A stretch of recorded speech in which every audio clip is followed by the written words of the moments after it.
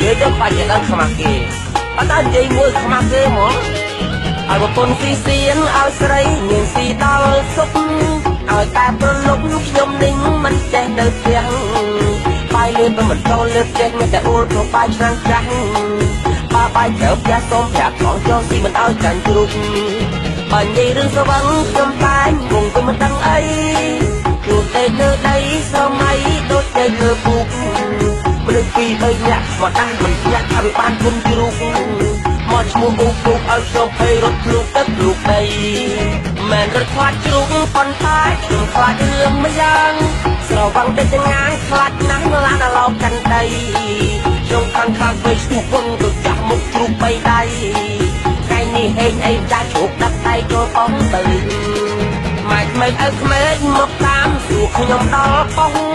ម៉ែសួរត្រង់ចប់កូនប្រុសកូនប្រុសរឿងអីខ្ញុំចូលបានចិត្តខំប្រឹងចំកាត់ស្រែកយកមកនាលដៃកូនមិនទៅអីចាស់ជ្រូកបីដៃព្រោះជ្រូកវាឆ្លើយឥឡូវទុកធំប្រពន្ធមិនឲ្យចូលផ្ទះលើដៃសំពះម៉ែក្មេងគាត់ធ្វើប្រងអើយបងស្អែកប្អូនស្អែកឆ្លត់បាក់វាងហើយក៏គេកន្តើយអួយចាប់បដោយបងឈប់ខូចហើយណាម៉ែប្រពន្ធហើយអោម្ចាស់ទឹកម្ចាស់ដីលោកអោពីបញ្យល់សពប្រពន្ធខ្ញុំឲ្យប្រពន្ធខ្ញុំមើលមកឃើញមុខប្តីនឹងឃើញប្តីស្លូតប្តីល្អហើយទៅឈប់ខាងប្តីទៅឯណែបងប្អូនចឹងដែរកណាឃើញខ្ញុំនៅផ្ទះឲ្យកុំហៅថប់ឲ្យសោកលោកដល់គឺសັບមកដល់មកអេម៉ងឲ្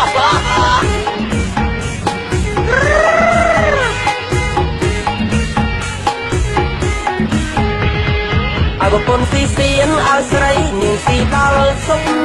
ឲ្យតែប្រលប់ខ្ញុំនឹងមិនចេះនៅផ្ទះបាយលេបមិនចូលលេបចេះមានតែអួលព្រោះបាយឆ្នាំងចាស់បាយត្រូវផ្ទះសូមប្រាប់ផងចូលស៊ីមិនឲ្យចាញ់ជ្រូកបើនិយាយរឿងស្វឹងខ្ញុំតែងងទៅមិនដឹងអីជួបតែលើដីសម័យដូចតែលើពុកមនុស្សពីរបីនាក់មកដាស់មិនញាក់ថាវាបានគុំជ្រូកមកឈ្មោះអ៊ូពុកឲ្យខ្ញុំភ័យរត់ភ្លុកទឹកភ្លុកដីមិនរត់ខ្លាចជ្រូកប៉ុន្តែខ្ញុំខ្លាចរឿងមួយយ៉ាងស្រវឹងតែចងាងខ្លាចណាស់ឡានឡោកាន់ដីខ្ញុំខាងវិញស្ទុះវងទៅចាស់មុខជ្រូកបីដៃថ្ងៃនេះហេងអីចាស់ជ្រូកដាក់ដៃចូលប៉ងបលីម៉ែក្មេងឲ្យក្មេងមកតាមសួរខ្ញុំដល់ប៉ងម៉ែសួរត្រង់ចុះកូនប្រុសកូនប្រុសរឿងអីខ្ញុំចូលបានចិត្តខំប្រឹងចំកាត់ស្រែកយកមកនាលដៃកូនមិនទៅអីចាស់ជ្រូកបីដៃព្រោះជ្រូកវាឆ្លើយឥឡូវទុកធំប្រពន្ធមិនឲ្យចូលផ្ទះលើដៃសំពះម៉ែក្មេងគាត់ធ្វើប្រងអើយបងស្អែកប្អូនស្អែកឆ្លត់បាក់វាងហើយក៏គេកន្តើយ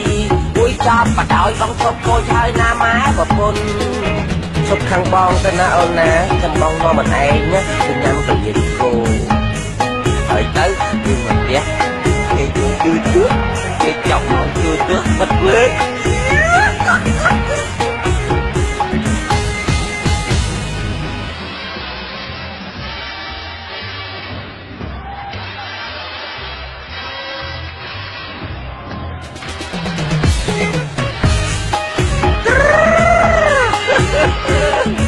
មានរឿងបាក់ក្នុងចិត្តតិចតួចព្រោះមិននិយាយទេវានៅណែនឹងទ្រុំណាក៏ប៉ុន្តែបើនិយាយទៅបាច់ទៅដល់ខ្មាស់គេអត់ដល់និយាយមួយខ្មាស់គេហ្មងឲ្យប្រពន្ធស៊ីសៀនឲ្យស្រីនាងស៊ីដល់សុខឲ្យតែប្រលប់ខ្ញុំនឹងមិនចេះនៅផ្ទះបាយលេបមិនចូលលេបចេះមានតែអួលព្រោះបាយឆ្នាំងចាស់បាយត្រូវផ្ទះសូមប្រាប់ផងចូលស៊ីមិនឲ្យចាញ់ជ្រូកបើនិយាយរឿងស្វឹងខ្ញុំតែងងទៅមិនដឹងអីជួបតែលើដីសម័យដូចតែលើពុកមនុស្សពីរបីនាក់មកដាស់មិនញាក់ថាវាបានគុំជ្រូកមកឈ្មោះអ៊ូពុកឲ្យខ្ញុំក៏ប៉ុន្តែបើនិយាយទៅបាច់ទៅដល់ខ្មាស់គេអត់ដល់និយាយមួយខ្មាស់គេហ្មងឲ្យប្រពន្ធស៊ីសៀនឲ្យស្រីនាងស៊ីដល់សុខ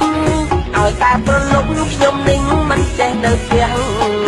បាយលេបមិនចូលលេបចេះមានតែអួលព្រោះបាយឆ្នាំងចាស់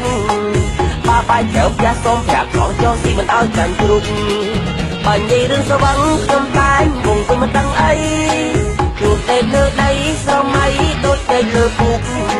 មនុ លេងពីរបីនាក់មកដាស់មិនញាក់ថាវាបានគុំជ្រូកមកឈ្មោះអូពុកឲ្យខ្ញុំភ័យរត់ភ្លុកទឹកភ្លុកដី